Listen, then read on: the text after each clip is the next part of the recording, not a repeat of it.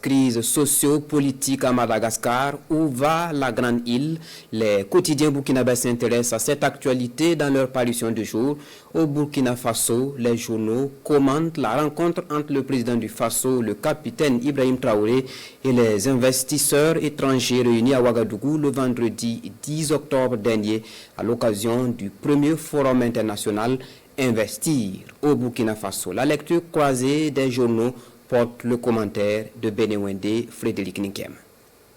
Commentant la rencontre entre le président du Faso et les investisseurs, les quotidiens burkinabés indiquent que le Burkina Faso est une terre d'opportunités.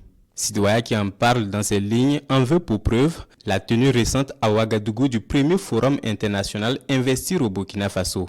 Un forum qui a enregistré plus de 1100 participants, dont 400 investisseurs venus de 48 pays. En dépit de certains narratifs forgés à dessein sur le Sahel, les partenaires économiques perçoivent désormais le pays des hommes intègres comme une terre d'opportunités malgré la conjoncture économique internationale et les défis sécuritaires et humanitaires sur le plan national, souligne le journal de tous les Burkinabés.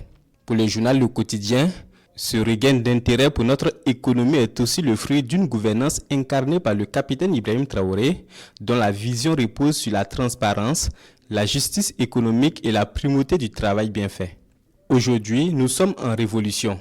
Personne n'a besoin d'user de corruption pour obtenir un agrément. Propos du président du Faso aux investisseurs, repris par mon confrère du journal Le Quotidien. Le Burkina Faso ouvre donc grandement ses portes à ceux qui partagent sa vision d'un développement endogène, durable et équitable, précise Sidoya. Et selon Le Quotidien, c'est cela le vrai visage d'un pays qui refuse de se plier et qui, malgré l'adversité, trace son chemin avec courage et intégrité. Crise sociopolitique à Madagascar, où va la grande île, s'interroge le journal Le Pays. Après 2 semaines de violentes manifestations de rue, le pouvoir de Ange Rajouel est à Valo. Les contacts téléphoniques, d'internet et de radio de la présidence de la République étaient coupés.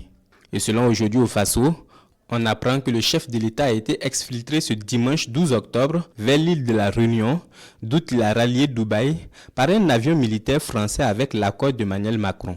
Au même moment, l'armée malgache s'apprête une fois de plus à jouer un rôle crucial dans la dévolution du pouvoir. Quoi qu'il en soit, selon le quotidien des 1200 logements, avec ce départ précipité du président Rachouel, c'est une page de l'histoire de la grande île qui se tourne en même temps que s'ouvre une période d'incertitude. La question qui se pose est de savoir comment va s'organiser la transition. Va-t-on assister à la mise en place d'un gouvernement intérimaire conduit par les civils? L'armée voudra-t-elle être au cœur de la transition? Ou bien assistera-t-on à la mise en place d'une équipe hybride comme cela a été le cas au Soudan?